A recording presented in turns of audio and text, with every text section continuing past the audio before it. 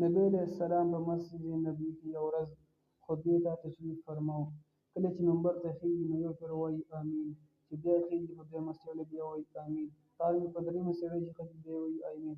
صحابه کرام رضي الله عنهم اجمعین تپوس وکړو چې ای د الله رسوله نن موږ یو عجیبه او منطقي منظر ولیدو، تاسو درې پورې ویل امین امین، دا څه وایي؟ نبی علیه السلام ورته وفرمایل چې جبرائیل علیه السلام راغلی و. کله چې زه په لومړۍ پوړۍ باندې ختلم دا بددعا یې وکړله چې هلاک دي شي هغه کسان چې د هغې مور او پلار ژوندي وي او دی د هغې دومره خدمت ونه کړي چې خپل ځان پرې وبهي.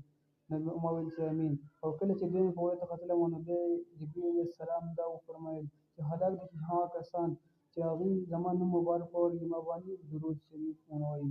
نبي علیه السلام پرې امین وویل. او درېیمه دا چې کله چې نبي علیه السلام په دریمه سړي ختو نو هلاک دي شي جبرائیل علیه السلام وویل چې هلاک دي شي هغه کسان